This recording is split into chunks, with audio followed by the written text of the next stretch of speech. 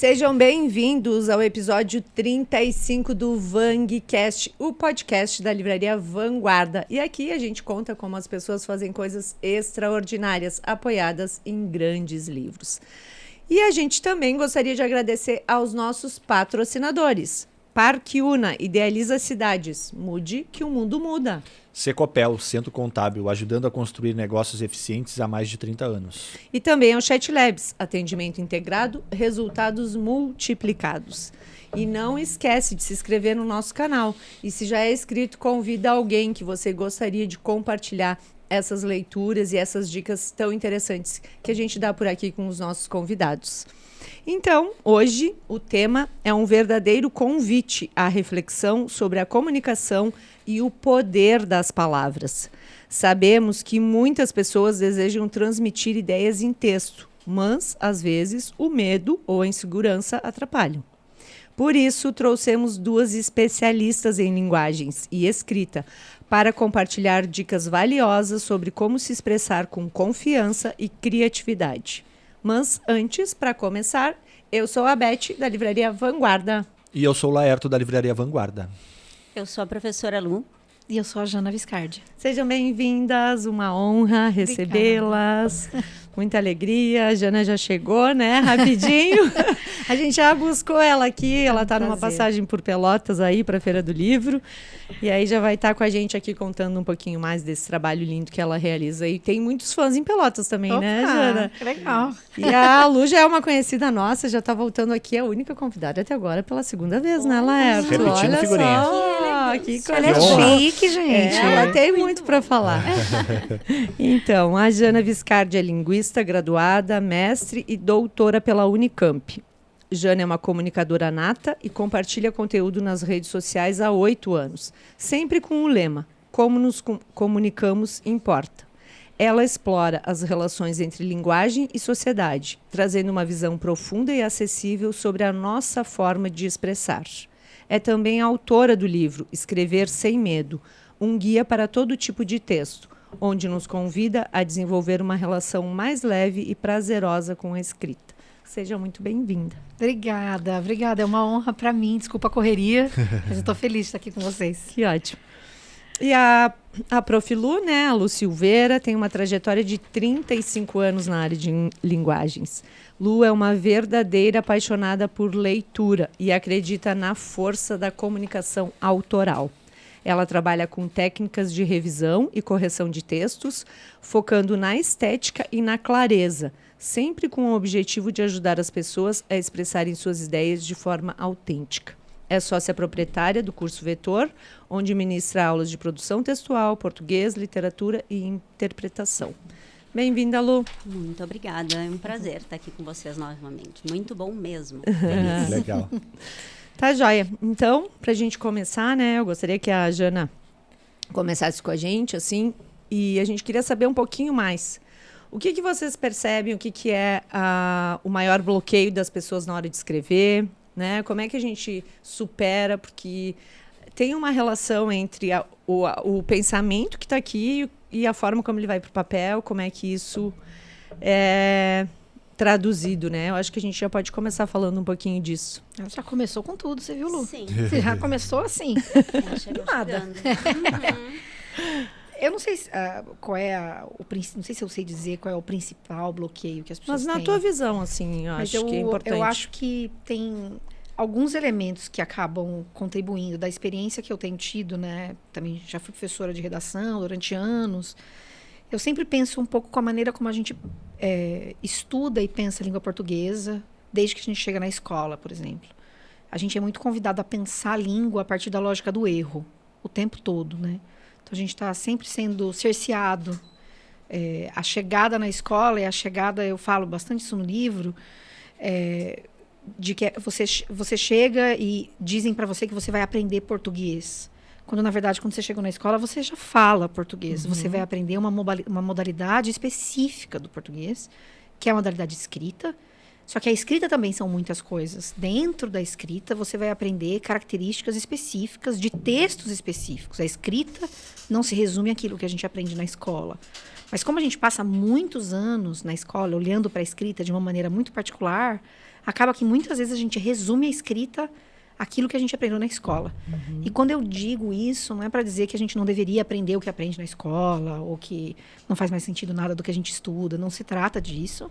Mas a gente pensar de maneira crítica o que é esse aprendizado de língua portuguesa na escola.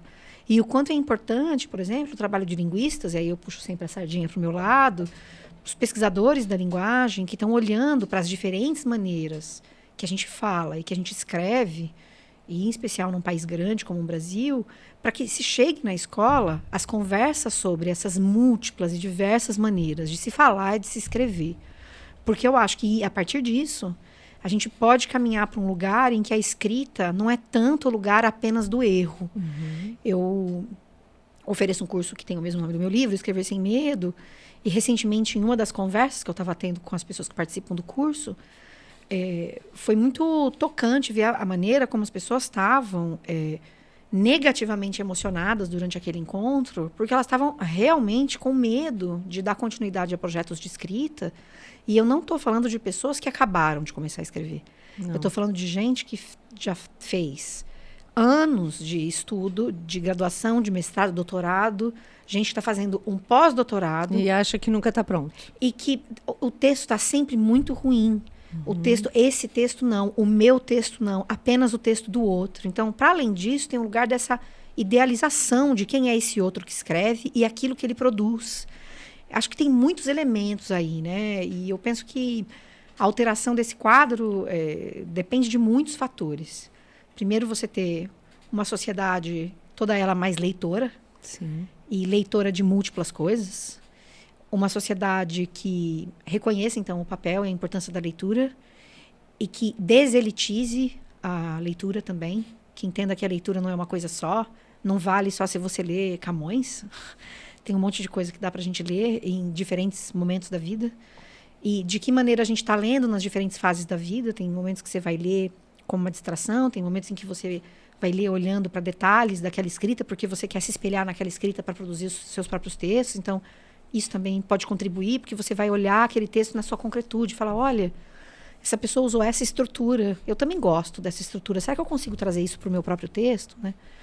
Então, um olhar que é de desmistificação mesmo da própria escrita a partir da prática de leitura e de compartilhamento mesmo de textos e de ideias. E é engraçado porque hoje se faz tanto isso nas redes sociais, né? As pessoas vivem escrevendo um monte de coisa nas redes, mas ainda assim, tem sempre alguém para dizer, você é burro, porque você esqueceu e colocou um S onde não devia, eu sei lá. E é muito interessante isso, porque eu não entendo qual é o objetivo de você cercear o outro, de você chamar o outro de burro, de você precisar provar para o outro que você é melhor que ele, porque Sim, você supostamente... apontar o dedo sempre, né? que tem um S a mais ou a menos. Cara, isso não te faz melhor em nada. Na verdade, até pior às vezes. Sei lá. Eu acredito que a leitura é o primeiro... Acho que mais pertinho, Lu. Vamos lá, então. Eu acredito que a leitura, eu concordo com a Jana, né? É o passo mais importante, eu acho, para as pessoas poderem se sentir mais donas, né, de repertório e ter condições de escrever melhor e se sentir mais bem preparadas. Mas eu acredito também que esse receio que as pessoas têm de não saber escrever, ele vem muito desse olhar externo, e é uma cobrança, às vezes, até familiar. Né? O olhar de alguém dentro de casa que vai te dizer, tu não tens habilidade para falar, então como é que tu vais querer escrever? Tu estás errando na forma como tu está conduzindo esse teu olhar, tu não vais conseguir passar isso para o papel.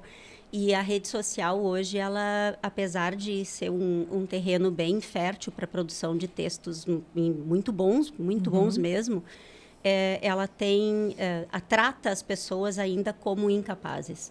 Né? E acredito que exatamente a condição de não haver uma preparação do próprio meio escolar também. Isso que eu ia chegar... A escola ser cerceadora desse sujeito, né? Ela limitar. Sempre. É o primeiro... isso que eu percebo, assim. A escola e depois o que está lá fora, né? Que hoje são as redes sociais. E tem a questão das notas, né? Tipo, Sim. Muito se faz muito na escola por causa das notas, né? A nota, é o Enem, então você... Isso. É basicamente a produção textual durante muitos anos, ela é feita na base da avaliação. Ela é feita para uma avaliação. E essa avaliação tem um objetivo muito específico. Pois e muitas é, vezes, inclusive professores de português, vou dizer, gosto de dizer, vão compreender o texto nesse lugar bastante limitador. É muito comum, por exemplo, hoje em dia, mas não só, mas com as redes sociais, você vê perfis de professores de português falando sobre a língua portuguesa de uma maneira como se a língua portuguesa, toda ela, fosse uma produção escrita para um Enem, para um concurso, para, sei lá... Sim, que tem muitas regras, para o judiciário. né? E que tem uma lógica muito particular. É uma escrita com um objetivo muito específico. Você está Pontual, escrevendo, pontual, e você está escrevendo para um avaliador, que é muitas vezes o que a gente faz na escola. Que eu acho que esse é o desafio também de promover o interesse das pessoas pela escrita. Porque se você só está escrevendo para alguém te dizer se você tirou A ou B, 10 ou 5...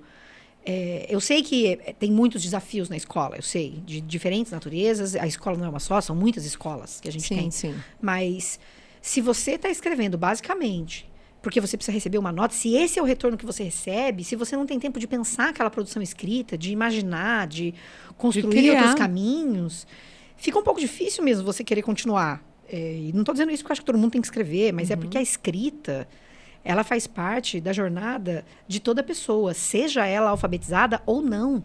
Em especial no momento tecnológico em que as pessoas usam o texto e se você não foi alfabetizado, esse texto ele vai ser lido para você de alguma maneira. Há uma série de recursos para você acessar esse texto escrito.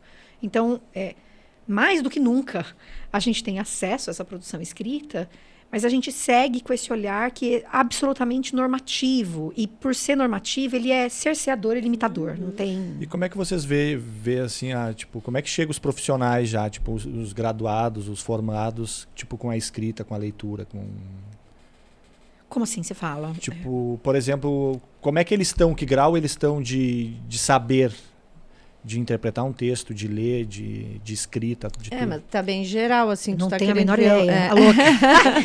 Eu não saberia te dizer, porque eu não atuo nesse campo, né? Eu não tô dentro da universidade ensinando para saber como é que as pessoas estão lá. Mas eu acho que... quem chega nos teus cursos, né? Nos meus cursos, tem pessoas de diferentes...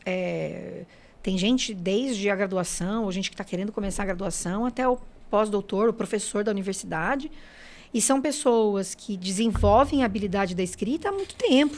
Estão ali desenvolvendo. E aí eu digo isso aqui porque a minha questão, eu acho que a gente não tem um ponto máximo a chegar. Eu acho que um ponto importante é as pessoas entenderem que a gente está sempre aprendendo a se comunicar, na fala ou na escrita. Então, antes da gente pensar se aquela pessoa atingiu esse ponto ideal, eu acho que esse ponto ideal ele nem existe. A gente está sempre construindo. O problema, sempre buscando. E eu não falo isso para dar uma romantizada, meio poliana, não é isso. Mas acho que o problema, claro que há sim uma questão com a leitura e com a escrita, num país que ainda tem tantas pessoas que não foram alfabetizadas, é óbvio. Mas tem um elemento que vai se construindo uma lógica tão idealizada que você não pode nem... É quase como se você não tivesse... Não sei se é exatamente isso, mas quase como se você não tivesse nem o direito de aprender, sabe? Como se tivesse que estar pronto, como se tivesse que saber já. Provar quando, na verdade, a gente está para provar alguma coisa. Mas agora me veio uma questão, só para a gente não perder essa ideia, voltando um pouquinho para trás, quando vocês falaram que é tão limitado, né? Essa coisa de escrever para ter uma nota na prova, para ter uma avaliação. Isso também... muitas vezes está limitando toda a questão do interesse pela leitura. Certamente. Porque eu que trabalho com adolescente e jovem adulto, a realidade é muito distinta, né? Quando a gente trabalha a produção textual para um aluno que... eu só quero fazer Enem. É uma estrutura limitante. É um texto engessado. É até difícil de fazer com que eles façam para o Enem, né? É difícil fazer com que eles escrevam para o Enem e aprendam a escrever para a vida. Porque até pouco tempo a gente conseguia trabalhar com o estudante que ele tivesse o desenvolvimento da escrita para fazer parte da vida dele, para que ele levasse a escrita para dentro da universidade. E está cada vez mais difícil hoje de a gente conseguir isso. Até pouco tempo nós ficávamos felizes, eu falo nós, porque eu tenho vários colegas professores de redação que nós trocamos ideias sobre isso, dos alunos entrarem na universidade e nos mandarem fotos de textos que recebiam dos professores corrigidos. Que texto maravilhoso, muito bem escrito. levou para ele, levou para a vida. Ele vai aprender a construir qualquer tipo de texto a partir daquilo que a gente conseguiu, né, desenvolver durante toda a vida. Durante a escolaridade. Só que hoje não é uma tarefa fácil. O aluno quer decorar. A prova está o que aconteceu agora, né? De alunos levarem a cola da redação pronta para o Enem. Então, vai vergonha nacional. Preenchimento de lacuna. É triste. E é muito... Sabe, o que é triste junto com isso é como vai se formando todo um sistema para que isso se dissemine. Então, e é para todo lado, né? Então, são múltiplos discursos. Você tem os veículos tradicionais de imprensa dizendo professora acerta o tema da redação. Aí tem isso, é uma coisa, nossa, acertou. Nacional. Prêmio. Como se é o prêmio, porque conseguiu acertar. Então, como se isso fosse o grande diferencial, porque ela acertou, então aqueles alunos todos vão fazer, porque ela acertou o tema. Sim. Aí você tem muitos profissionais que decidem, então, criar cursos que são, para você, exclusivamente, criar um modelo de redação que seria a tal da nota 1000 do Enem. Porque, de novo, a gente volta para o lugar, tem uma avaliação, tem uma nota máxima. E tem uma gradação de notas para você passar no curso que você quer fazer. Então, uma prova, que poderia ser uma prova para te mostrar até onde você chegou, nas coisas que você supostamente deveria aprender, vira uma prova que você precisa fazer a nota máxima para você conseguir passar no vestibular. Então, isso muda muito as coisas. É o que a Lu estava falando. Os alunos, eles chegam para fazer o Enem querendo ter o texto inteiro pronto, gravado na cabeça. Eles não estão a fim de refletir sobre aquela coisa. Eles querem chegar com a prova pronta, decorada na cabeça. Tanto é que as pessoas que já corrigiram qualquer vestibular sabem muito bem. Eu já fui uma dessas pessoas. Já corrigi várias provas de diferentes vestibulares de redação. Você começa a ler provas que são muito parecidas. E o que você tem realmente são trocas de palavras. Porque a pessoa faz uma prova meio genérica, ela cumpre tudo aquilo que está lá, né, na grade dessas provas de correção. É isso. E aí, muitas vezes, vão dizer que o problema é quem corrigiu a prova. Quando, na verdade, aí vira um mito dessa pessoa que corrige, ou sei lá, que está querendo defender não sei o quê, ou só vai dar nota 10 para a pessoa que fala bem dos direitos humanos. Aí vai se propagando um monte de teorias da conspiração completamente aleatórias, quando, na verdade, o que se tem as pessoas conhecem qual é a grade de correção, o que não é nenhum problema, mas o que começa a acontecer, as pessoas começam a produzir textos para atender todos os critérios da grade e vão tentando produzir ali o texto mais genérico possível, mas que possa pontuar para elas passarem. Pronto, isso é uma produção textual muito específica. É claro que não é a única. A pessoa produz um roteiro de uma novela, também um pouco, para dar aquele tchan, porque quer que a audiência fique mais ali. O título de uma matéria num jornal hoje é o caça-clique, para você clicar e ficar ali. Quando você pensa numa capa de revista, quando a gente ainda tinha bastante livraria, é uma concorrência, porque você tem 50 revistas diferentes e é preciso chamar a sua atenção para que você compre aquela revista e não a outra. Então, é óbvio, os textos, eles cumprem diferentes funções. Não é para dizer que o texto é uma coisa imaculada, que está aí num lugar santo, não é isso.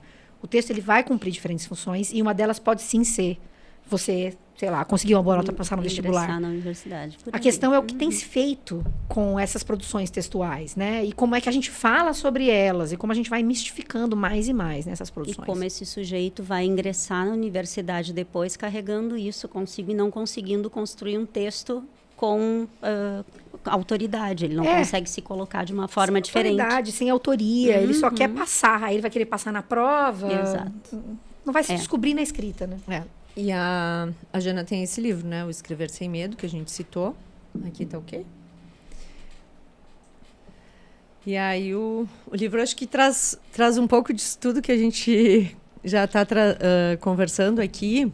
Mas o livro está com uma estrutura bem interessante, assim, que tem vários exercícios também no final de cada capítulo, que já está trazendo. Acho que ele já traz traz um panorama geral, né? Jana, quer falar um pouquinho sobre isso? A ideia era poder acolher as pessoas, não só falar sobre escrita, mas propor para elas pequenos projetos de escrita, né? É tão comum que as pessoas se vejam, por exemplo, travadas para escrever. E como eu faço alguns exercícios, como toda pessoa que dá aula de escrita, propõe uma série de exercícios para as pessoas, então eu decidi, em conjunto com a minha editora, Clarissa, que foi alguém também muito importante nesse processo, que contribuiu para a gente pensar, vamos fazer exercícios, Porque eu tinha um pouco de receio. Será que vai funcionar? Será que não vai? Ela foi alguém que me estimulou muito nisso. Para a gente trazer no final mesmo de cada capítulo a possibilidade da pessoa refletir sobre a própria produção e olhar também para a produção de outras pessoas para pensar a própria escrita, assim. E tem sido um retorno muito legal, porque as pessoas realmente fazem os exercícios e conversam, me escrevem para compartilhar, para falar como tem se sentido. Eles são bem práticos, né? É. São exercícios que eu acredito devem auxiliar as pessoas a entenderem justamente qual é a visão que elas têm sobre aquele fenômeno que foi discutido ali naquele capítulo. Então, eu achei um direcionamento muito legal. Gostei bastante. Obrigada. Muito, muito. Ficou muito bom. A gente combinou de ela me elogiar, viu, gente? A Lu estudou, né? Todo o teu livro aqui, ela foi no detalhe. No assim. detalhe. Não, nem é tá que tem, marcado o livro. Não. Dá até medo.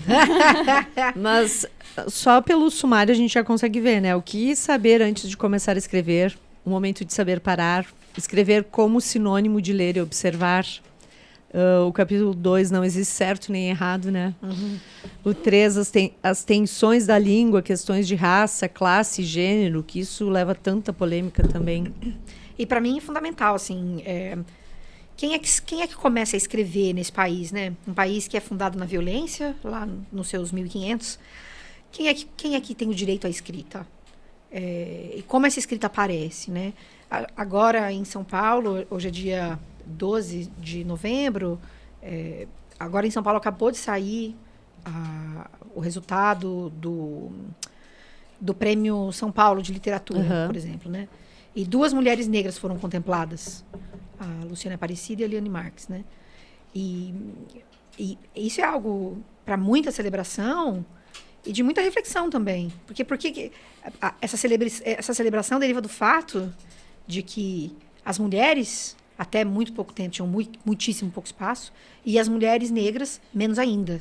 Espaço de mídia, porque elas estão escrevendo desde muito tempo. Sim. Então, quem é que chega nesses lugares? Quem é que ocupa esses espaços? Até hoje, como é que ocupa esses espaços? E eu acho que falar de escrita, pelo menos da maneira como eu enxergo o mundo, não tem como falar de escrita sem falar desses elementos. Até muito pouco tempo atrás, se você perguntasse para alguém quais são as pessoas que ela mais gostava de ler, essa lista era recheada de escritores homens. Ah, mas agora eu não posso mais ler homem? Pelo amor de Deus, hein, gente? Presta atenção no que vocês estão me ouvindo aqui, hein? Não se trata disso. Mas não existe só homem no mundo escrevendo. Então tem alguma coisa errada quando você passa que não está aparecendo, né? décadas com apenas homens sendo mencionados e homens de uma determinada classe social, de uma determinada composição da esfera social. Então, eu não acho que falar de escrita, que dá para ignorar ao falar de escrita essas questões. Da mesma maneira, por exemplo, quando você está falando de quem é que está produzindo, quais são as condições materiais dessa produção mesmo. Então, por exemplo, se eu estou fazendo o meu doutorado e a bolsa de estudos acaba, esse texto ele vai acabar em algum momento. Porque eu não tenho condições de continuar produzindo aquele texto. Porque eu preciso ter o meu dinheiro garantido para eu ter condições para produzir. Então, tem tantas questões aqui no meio, espero que não esteja confuso, mas acho que é inevitável, não tem como. Para mim, não tem como, assim... Pensar escrita sem pensar... No contexto, no contexto histórico em que isso acontece, né? E mesmo quando a gente pensa no Enem. Nas minhas aulas de literatura, quando eu falo... Quando a gente chega no período de 1930, que pela primeira vez eu cito Cecília Meirelles... Aí eu disse, quando antes eu falei o nome de alguém? Aí eles lembram, mas lá no romantismo tinha Maria Firmina, tá? Mas ela não foi um nome que durante muito tempo esteve presente. Ela foi esquecida, ela foi apagada. Isso. Depois a gente tinha a Júlia Lopes de Almeida, maravilhosa lá no naturalismo, neonaturalismo. Ela, durante muito tempo, foi esquecida. Hoje ela é importante, ela voltou, ela está à tona, e todo mundo querendo ler, porque ela é uma escritora maravilhosa. Sim. Mas ninguém comentava. Então, a primeira vez que a gente ouvia falar num nome de mulher era em 1930. A Cecília na poesia, a Raquel de Queiroz na prosa. Então, tu ficas com aquela sensação de, e durante todo esse tempo não houve. Então, é justamente isso, é precisar falar sobre essas questões para não deixar... hoje, o estudante não se dá conta de que há uma espécie de apagamento da escrita de alguns grupos, né? Total, o tempo todo. É interessante observar. Eu gosto bastante. Eu até fiz o curso da Jana sobre gênero. E é uma coisa que me chama bastante atenção, né? O quanto a questão de gênero hoje é cara. E a gente percebe que as pessoas estão se sentindo mais à vontade para se colocar, até mesmo no mercado. Não ficar chegando de leve, mas querendo se mostrar. Eu produzo, eu tenho uma escrita diferenciada. Sim. Né? Então, a questão de traduzir isso para todo mundo hoje entender como é que funciona a literatura, como é que ela sempre funcionou, que tipo de padrão a gente tinha e que é necessário romper. Sem dúvida. É isso aí. Então, esse livro traz bastante questionamentos. Muito. Muitos. Eu achei super legal aqui também a caixinha de ferramentas. Alguns recursos, tipo, como é que chama o nome disso? Foi morto, o lugar da voz passiva, o sentido é a quebra de expectativas. Então, tem várias coisas bem interessantes aqui. Mas, na página 107, aqui, onde começou a caixinha de ferramentas, eu li, me identifiquei um monte com isso. E eu acho que isso é uma... Como está no livro, eu acho que é uma questão importante também de trazer. Na minha cabeça, vou deslocando as vírgulas, trocando um verbo por outro, afinando um objetivo. Muitas vezes escrevo mentalmente a frase perfeita e volta e meia, se não anoto, a tempo, ela me escapa da memória. Rosa Monteiro, a louca da casa. A Rosa Monteiro é incrível. É até um nome que eu ia trazer, depois esqueci. E enquanto eu escrevia, eu acabei lendo O Louca da Casa. E é exatamente... Eu acho que a gente ler o que as pessoas que escrevem estão falando sobre os seus processos de escrita nos ajuda a desmistificar a escrita. Então, veja, é alguém que está testando. Não é uma... Não tem assim... Eu sempre falo isso nos meus cursos. Não desce um Chico Xavier e você, de repente, faz...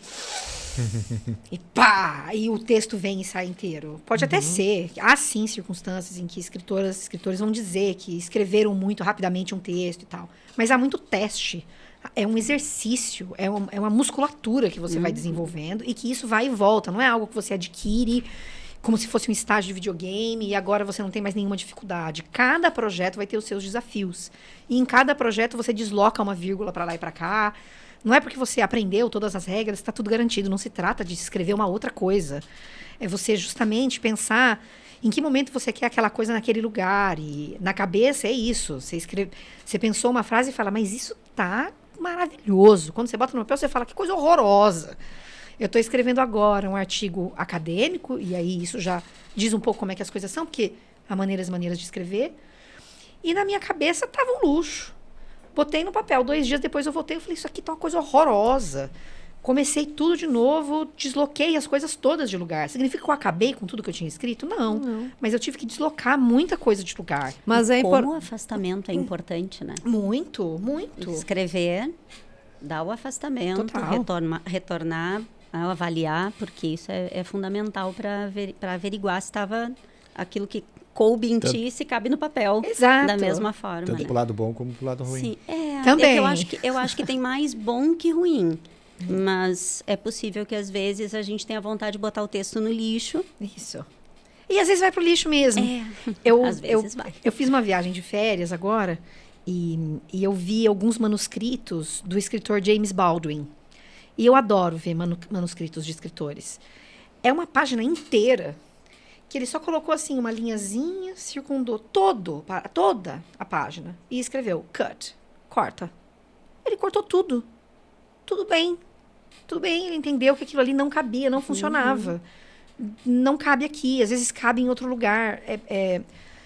Acho que esse afastamento ajuda a gente a olhar. É claro que as pessoas, muitas vezes, por uma crítica muito, muito, muito grande de si mesmas, acabam querendo nem voltar para esses textos.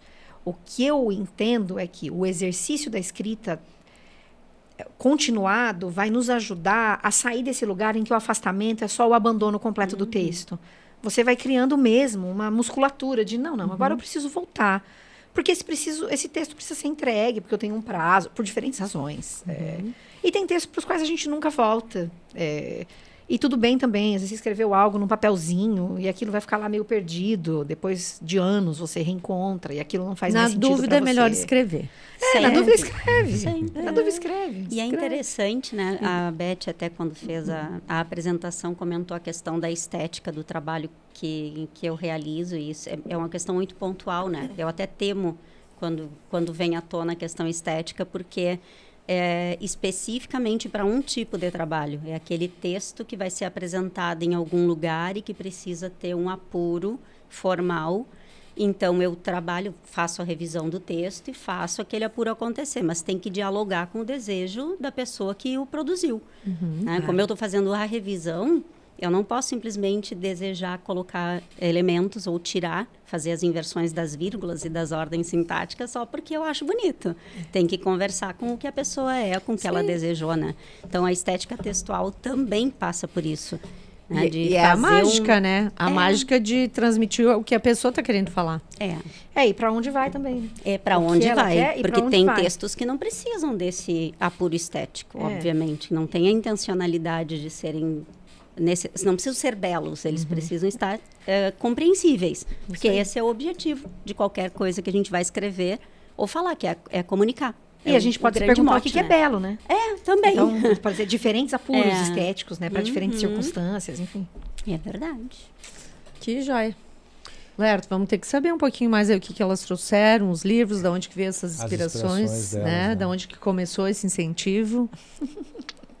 De onde começou, você fala?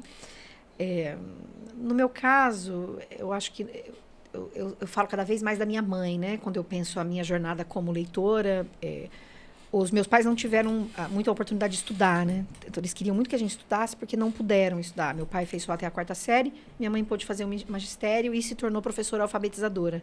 Que legal. Então, eu vi minha mãe alfabetizando gente, eu ia para a escola com ela, minha mãe dava aula numa escola de sítio, uma escola rural. Então, ela ficava numa sala dando aula para a 1ª e 2ª série na época, e do lado era a 3ª e 4ª. Então, ela dava uma atividade para a 1ª série e ia para a 2ª, tudo na mesma sala, né? E eu, em diferentes circunstâncias, participei disso. Fui assistir, fui com ela, porque não tinha com quem ficar. Então, eu ouvia a história das merendeiras, da merendeira que ficava comigo, ou eu via minha mãe lecionando, ou então, depois, quando ela foi para uma escola na cidade, às vezes eu acabava mais cedo a aula e eu ficava esperando na biblioteca. Em casa, nunca tive uma biblioteca em casa, mas tinha alguns livros, eles gostavam de ler uma coisa ou outra, e tinha música também, que eles gostavam, meu pai e minha mãe, e eles sempre nos incentivaram a estudar, justamente porque não puderam estudar. Então, eu acho que tem a ver com uma geração também. Sim. De que não puderam estudar, mas viviam uma classe média, modesta, sem luxo, mas sem a pobreza. Para eles, para os filhos, né? E aí, estudar era essa prioridade, e foi o que aconteceu comigo, e eu peguei gosto desde pequena, então gostava de ler, escrevia um bocadinho. É aquela redação que vai no jornal da escola, no jornal da cidade, assim. Faz diferença, né? Traz boas memórias. Nossa. E tu lembra qual foi o primeiro livro que tu lesse? Você sabe que eu estava ouvindo o podcast, vendo as pessoas falar sobre isso? Não, eu tenho uma péssima memória. Quando me pediram para fazer uma lista de livros que eu supostamente comentaria, eu falei, gente, eu sou muito ruim de lista, porque os livros que eu li, eu amei, eu não vou me lembrar das histórias. O que dirá do primeiro livro que eu li? Então, eu não me lembro. Tu te absorve enquanto lê? Muito. Fico ali, enlouquecida. Mas anos depois, eu não vou me lembrar. Tempos depois, não. Eu não sei por quê, gente. Chega a comprar livro repetido, assim? De não lembrar se leu essas coisas? Não. Livro repetido, não. Mas você sabe que na época que existia locadora, e que a gente alugava... Você que aí está nos ouvindo. A gente alugava filme. Uma coisa engraçada era uma fita. Ela existia. Você pegava ela nas suas mãos. As gurias nem sabem disso. Chama videocassete, o lugar onde você colocava esta fita. Então, toda vez que eu ia numa locadora, sempre às sextas-feiras, tinha a promoção do final de semana. Você pegava algumas clássica, fitas. Né? Clássico. Só que na época, ainda não existia, olha que coisa curiosa, os sistemas, gente, tecnológicos que vão se desenvolvendo. Eu estava lá, eu vi, eu fui, eu estava.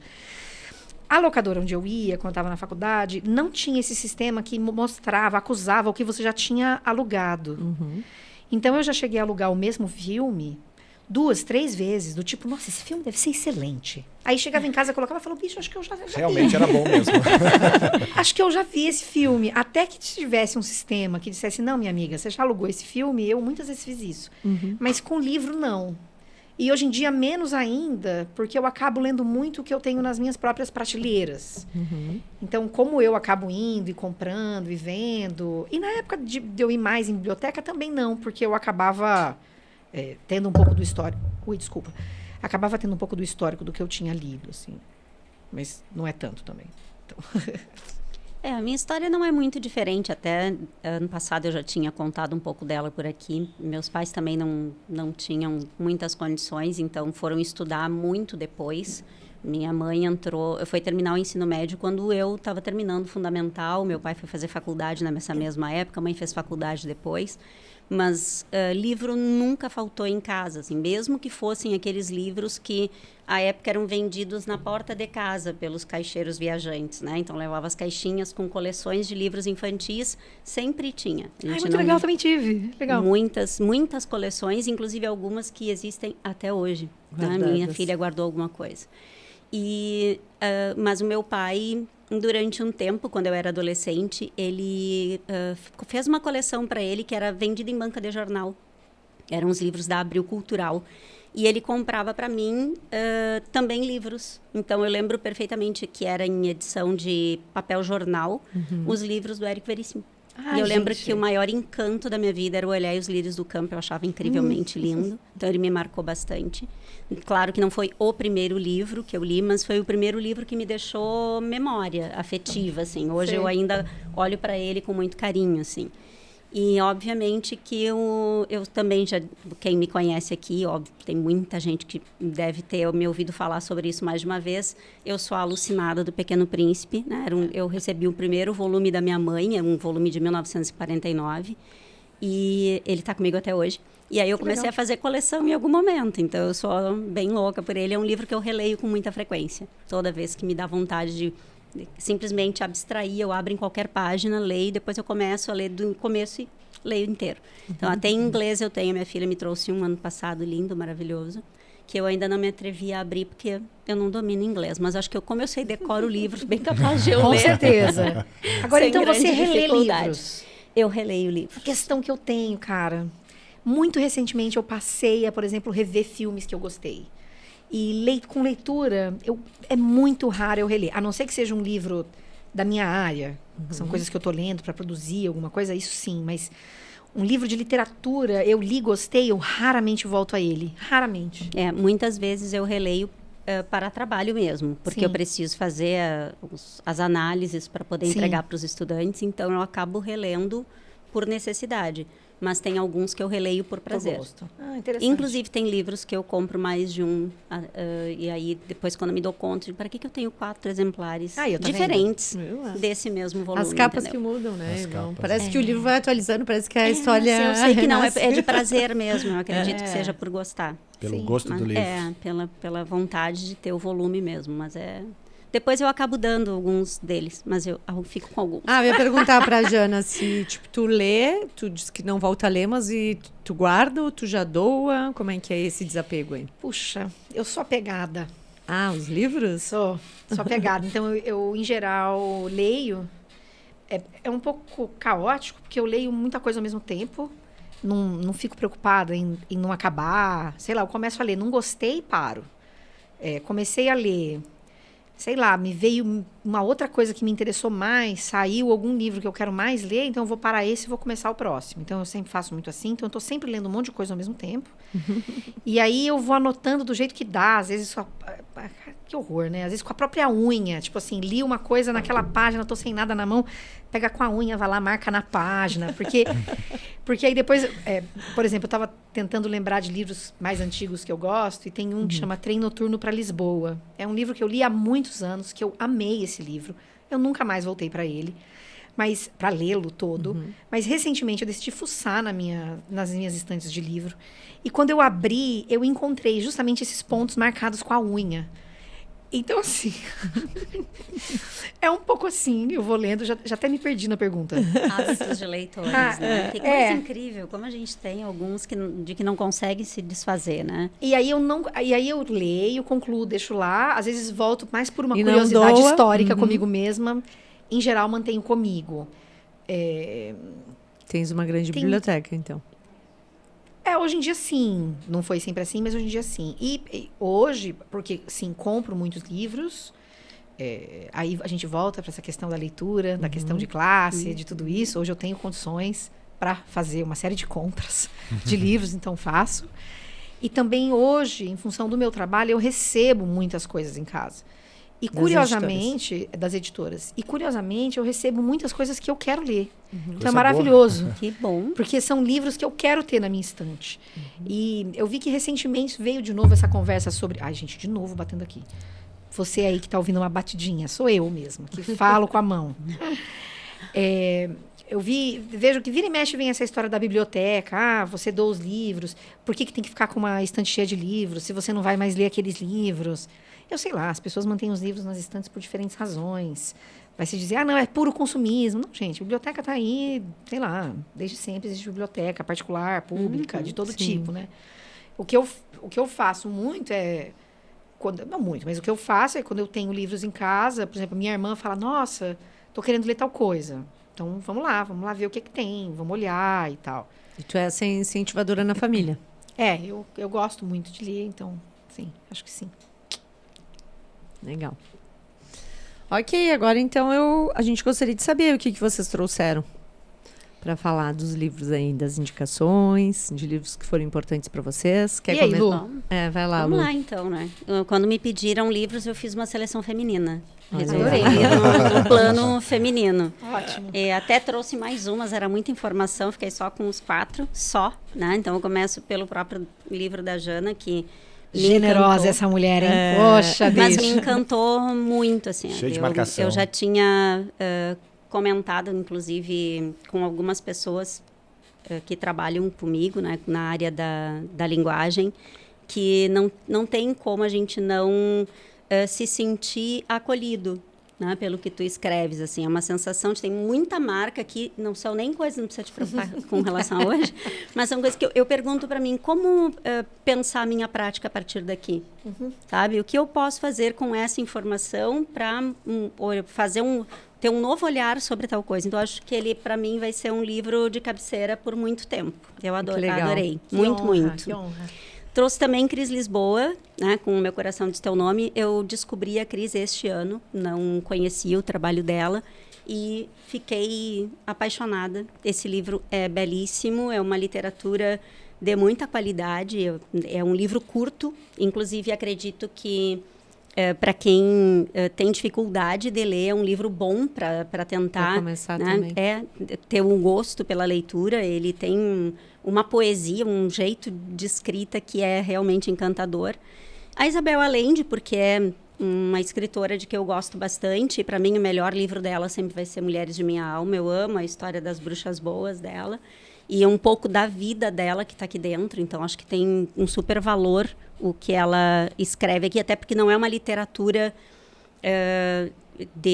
não é uma criação 100%, né? É criado com base em todas as questões que são da vivência dela com as mulheres da vida dela. Então é belíssimo o trabalho que ela faz. Uma pausa, desculpa. Você já viu a participação dela num podcast daquela atriz americana? Sabe aquela atriz americana que fez aquele seriado que chama VIP?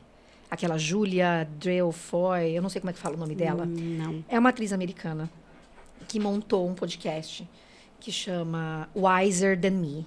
Então, né, mais inteligentes, sei lá, espertas, mais sábias do que mais eu. sábias. E uma das convidadas é a Isabel Allende. É um negócio. Essa mulher... vou procurar. Você acaba o episódio do podcast chorando. É belíssimo. Adorei que você Eu acho trouxe incrível o que ela faz, né? Uma mulher com mais de 80 anos e com uma escrita que ainda... né, tá em funcionamento, ela não desistiu de produzir, eu acho isso belíssimo. E trouxe Letícia também, porque a Letícia Wilchowski, além de ser gaúcha, é uma das minhas escritoras preferidas, assim, gosto do trabalho dela, de pesquisa, da forma como ela constrói as suas narrativas, e a maioria das pessoas só a conhece mesmo por causa da Casa das Sete Mulheres, e ela tem livros incríveis, ela tem livros lindíssimos e que me deixam quentinha, assim. Eu tenho a impressão de que ler Letícia me leva de volta a um lugarzinho dentro de mim que eu às vezes nem sabia que existia, né? Muito legal, eu gosto do trabalho dela. Não, muito Letícia lindo. Deriva indicada. esse, né? É uma sequência esse de uns outros livros que ela escreveu. Aquelas a louca que volta pra cima. É da minha editora, Planeta Louca. Muito legal. Adorei. Já aprendi muitas coisas aqui. Ixi. Chegou a hora. Eu fiz uma lista de 10 coisas. Aqui a gente tem 4 na mesa, mas eu quero tentar falar delas todas. Acho que eu vou começar com a Lília Guerra. Lília Guerra é uma escritora foda, porque ela, inclusive, quando você vai ver a descrição que ela dá de si mesma, ela diz assim, Lília Guerra nasceu em São Paulo. Eu adoro ela, beijo. Nasceu em São Paulo em 1976, é autora de Perifobia, Rua do Larguinho e Amor Avenida, entre outros livros. Atenção porque vem aqui. Trabalha como auxiliar de enfermagem na capital paulista.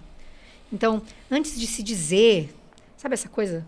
Eu sou uma grande escritora, eu sou isso, eu sou aquilo. Ela traz o que é o trampo dela. Ela é auxiliar de enfermagem em São Paulo.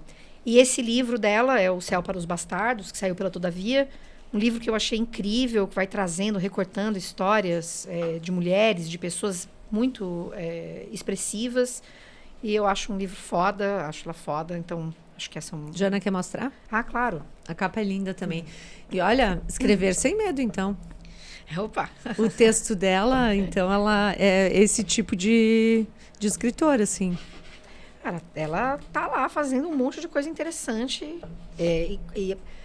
Eu acho que o que escapa às pessoas é que a escrita é parte da vida cotidiana. Volta para esse lugar, não é algo que está num outro planeta.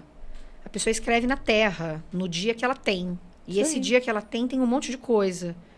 A escrita, para muita gente, não é só escrever. É muita coisa, né? E, é claro, não é o caso da Lília, especificamente. É o caso de muita gente. Mas eu acho muito interessante como ela se apresenta. Como ela fala sobre esse processo de escrita. Gosto muito, assim. E as histórias que ela traz, as personagens, é muito interessante, muito legal, muito, muito lindo. Eu adoro, amo. Aí tem um livro que eu até acabo citando também no meu próprio livro, que eu adoro, que é Ou a Palavra que Resta, do Stênio Gardel. Esse livro foi, inclusive, recebeu prêmio. A tradução dele para o inglês recebeu um prêmio recentemente, se não me falha a memória. É um livro incrível também, que vai contar histórias de pessoas que a gente não necessariamente vê o tempo todo aparecendo na literatura. Isso muito me interessa, gosto muito. É um livro muito bonito. Eu sou muito ruim de falar sobre as coisas que eu gosto. Então, eu vou simplesmente Esse passando. aí tá na minha lista para... Esse é um livro foda. Pra ler. Eu só falo assim, é um livro foda. Tudo bem, né, gente? Vocês aceitam, né? Sim. Aí tem a Andréa Del Fuego. Andréa, não tem nem palavras, assim. Também um mulherão que faz um bocado de coisa. E ela tem esse livro que chama Pediatra, que foi um livro que me acompanhou muito brevemente na pandemia, porque eu li muito rapidamente. Porque é assim... Ela vai contar a história, tem essa personagem que é a pediatra, só que pensa numa pediatra bacana, não é ela. Então é um livro que é imperdível, assim, porque realmente essa personagem é construída de um jeito muito, muito interessante. A própria narrativa é intensa, né? Muito. Ela tem um Muito. fôlego que é muito interessante. Demais. E aí tem tem 2 livros que se conversam. Eu conheci o trabalho de um escritor que chama Alejandro Zambra, recentemente. Ele é chileno, se não me falha a memória. Isso. E ele esteve num evento em São Paulo, eu tive a oportunidade de assistir, e ele leu um texto dele, que era uma carta ao filho dele. E era um texto muito lindo, que estava dentro desse livro, que chama Literatura Infantil, Cartas ao Filho. É um dos textos que está aqui dentro. E através desse texto, que eu achei muito bonito, eu descobri um outro texto, que é um livro que se chama Linea Negra, que foi escrito pela esposa dele, que também é escritora, e aí aqui é importante dizer isso, porque senão parece que ela é simplesmente a esposa dele, não é o caso. Ela é uma escritora também bastante conhecida, que se chama Rasmina Barrera. Então, eles vão trazer as perspectivas de cada um sobre a chegada dessa criança na vida deles.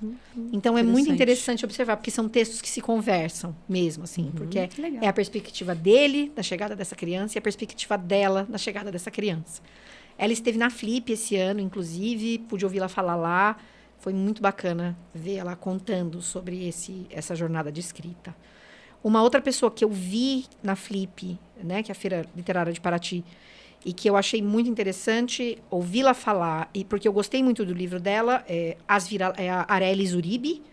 Ela tem um livro que chama As Vira-Latas, e ela vai trazer também histórias de mulheres que, claro, são histórias outras, mas que me conectam um pouco também ao que a Lília Guerra está fazendo, né? Quais são as mulheres que estão sendo trazidas para essas histórias e de que maneira essas mulheres estão sendo trazidas para essas histórias. Então, eu acho que nesse sentido essas mulheres se conversam porque estão querendo trazer histórias de mulheres e sem estereotipar essas mulheres. Sim. São mulheres que têm múltiplas vivências. Então, acho que esses livros todos nesse sentido também se conversam.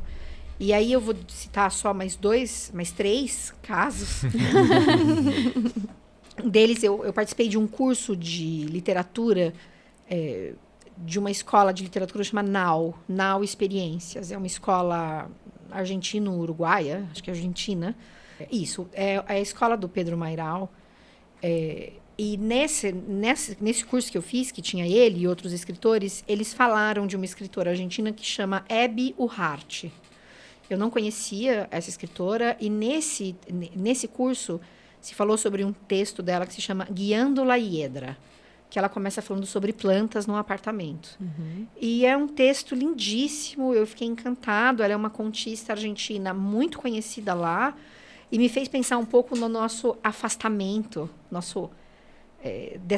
dessa escrita em espanhol da nossa região, justamente por falarmos português, assim, porque eu era a única brasileira fazendo o curso e todo mundo falou assim, claro, a Hebe. E eu assim, ai, a Hebe.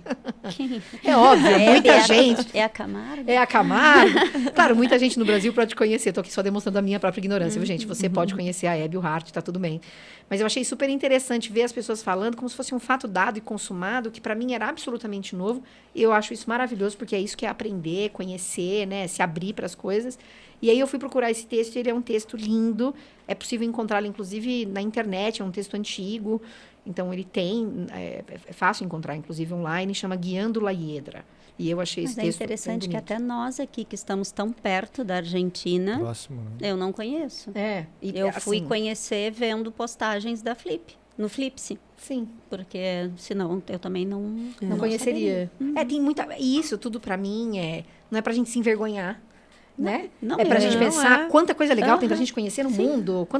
E tá surgindo mais, eu acho que tá saindo muita coisa. E a gente tem que estar com esse panorama aí aberto, a antena ligada. É isso aí. Sim, agora a Riane Leão, semana passada, aqui na Feira do Livro, até eu saber que viria a Riane Leão, eu não sabia quem era a Riane Leão. Quando eu fui buscar, ela é gigante. Sim. Né? Então, quanta gente escreve no Brasil e a gente não tem noção. E eu vivo no Uruguai, já fui à Argentina mais de uma vez, eu não tenho essa leitura sobre essas obras e deveria ser mais fácil para a gente, né? Sim. Quem são essas mulheres, o que estão escrevendo, né? Exatamente. E aí, só mais 2.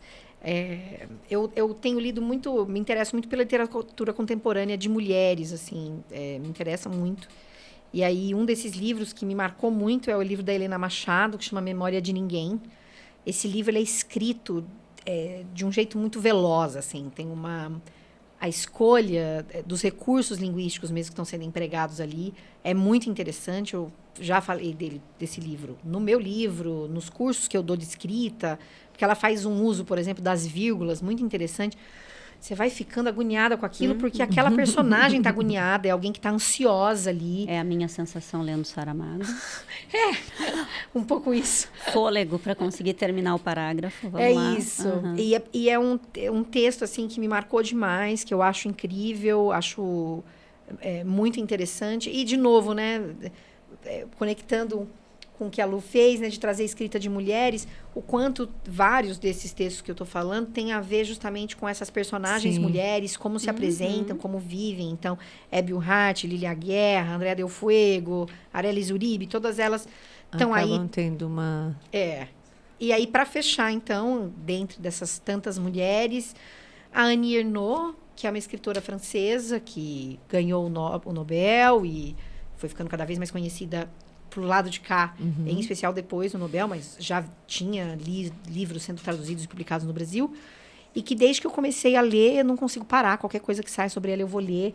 nenhum discernimento crítico mais. Qualquer coisa que ela escreva, eu vou dizer, essa mulher é maravilhosa, tome aqui a minha casa, a minha vida, leve tudo para você. Olha só que maravilha. Que Porque eu gosto muito do que ela escreve, leio tudo e gosto demais.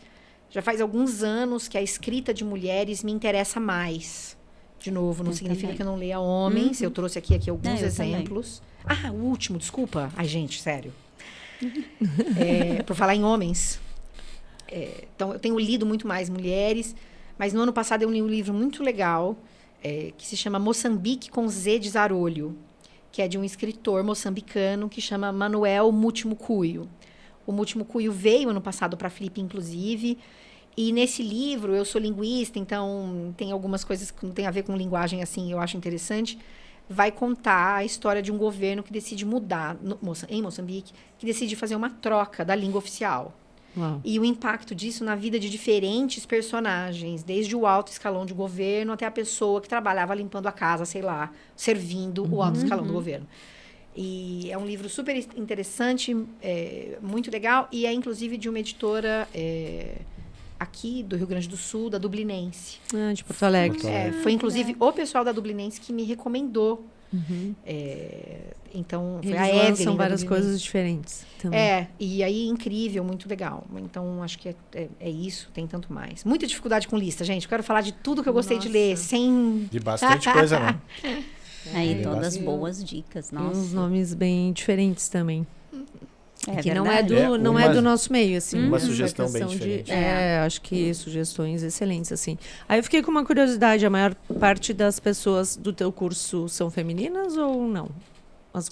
Como tu fala tanto de mulheres e lê tanto mulheres?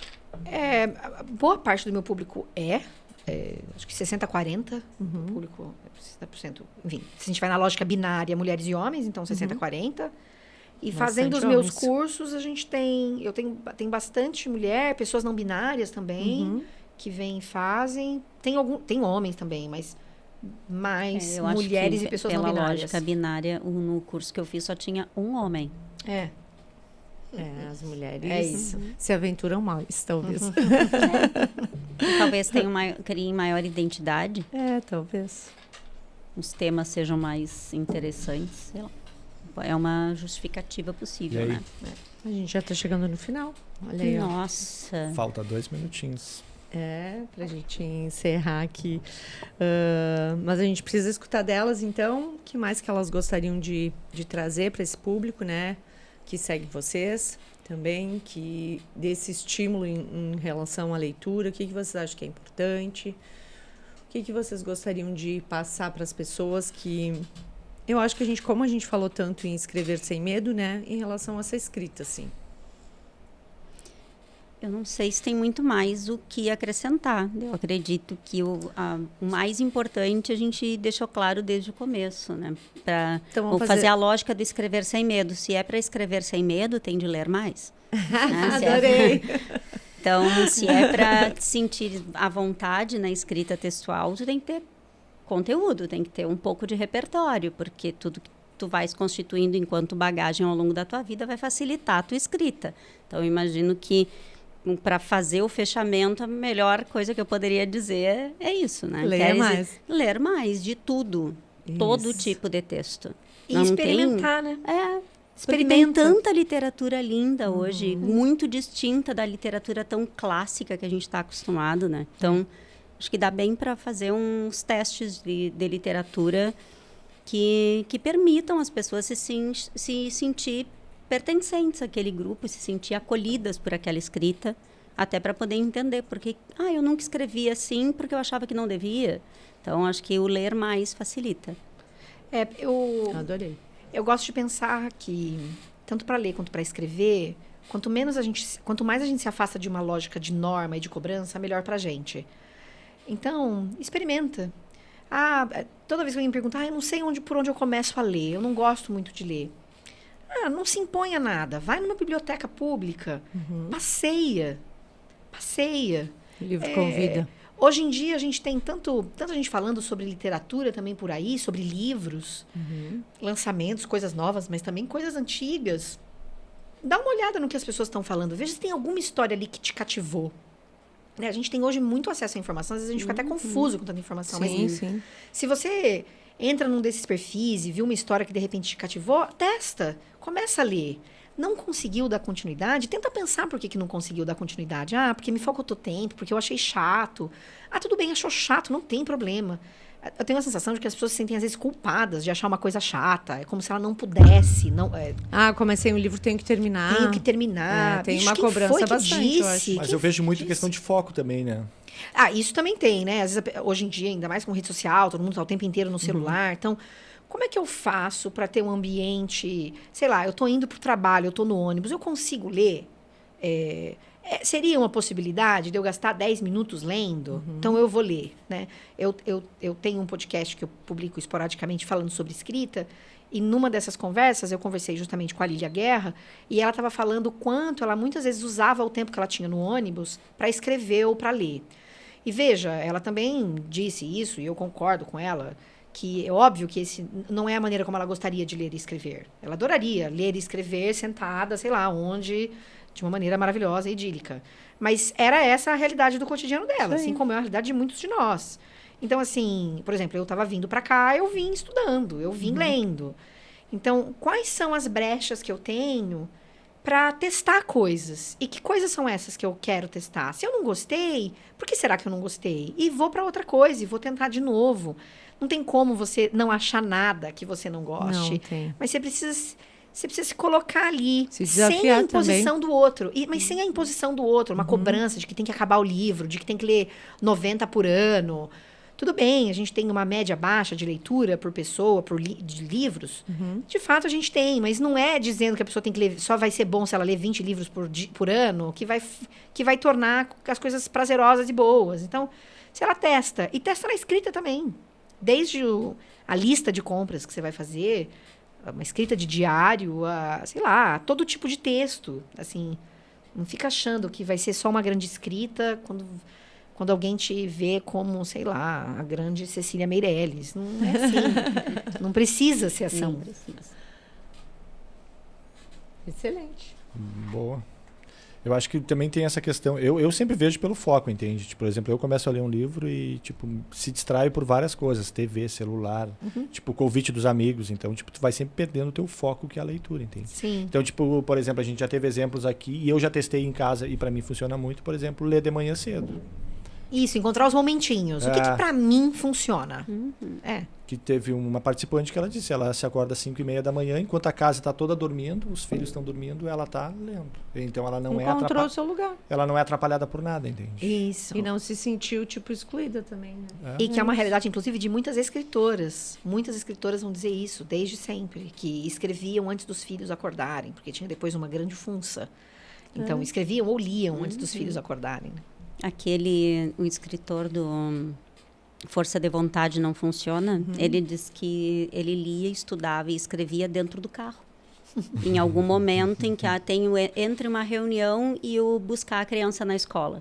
Eu tenho 45 minutos ali, era o momento, o carro era o escritório. Porque não tinha como se deslocar tanto para fazer aquilo em outro lugar. Ele ia perder tempo, né? Sim. Então, acho que encontrar um lugar, encontrar o horário... Acho que é isso, né? É muito particular. Não tem nem como dizer qual vai ser o melhor. Mas que bom que tu encontraste o teu.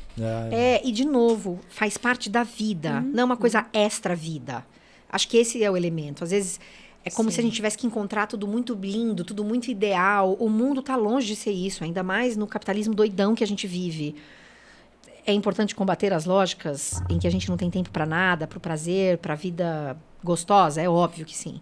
Mas considerando a vida que a gente tem, é pensar que escrever e ler fazem parte da vida. Não é uma coisa extraterrena, que uma pessoa brilhante faz naquela hora do dia em que ela separa e tem 5 horas para fazer. As pessoas, elas produzem e escrevem nesse tempo que pode e que dá. E na lógica do foco que cada vez se perde mais, porque você tem muita distração, é justamente encontrar esse momentinho. Que momentinho é esse? É às 5 horas da manhã? É às 3 horas da tarde? É durante o almoço? É depois do almoço? É no caminho do ônibus para o trabalho? Sei lá. São muitos os caminhos. É encontrar o seu momentinho. Exatamente. Sensacional. Gurias, foi incrível. Jana, Lu, Obrigada. muito obrigada. Eu que agradeço. Com certeza aqui muitas pessoas vão se aventurar. Quem nos escutar vai se aventurar a enxergar um novo meio de escrita. E o livro também está aqui prontinho para poder dar mais subsídios para isso tudo. Então, a gente queria agradecer muito, né, Laerto? Claro, nossa. Essa oportunidade de vocês estarem aqui conosco. Muito obrigada. Um prazer. Obrigada Obrigado, a vocês, gurias. gente. Obrigada mesmo pelo convite. Foi ótimo. Foi muito Obrigado. bom, né? Rica Certinho. parceria. Encerrando aqui, então, o episódio 35. Obrigado. Tchau, tchau. Tchau. Tchau.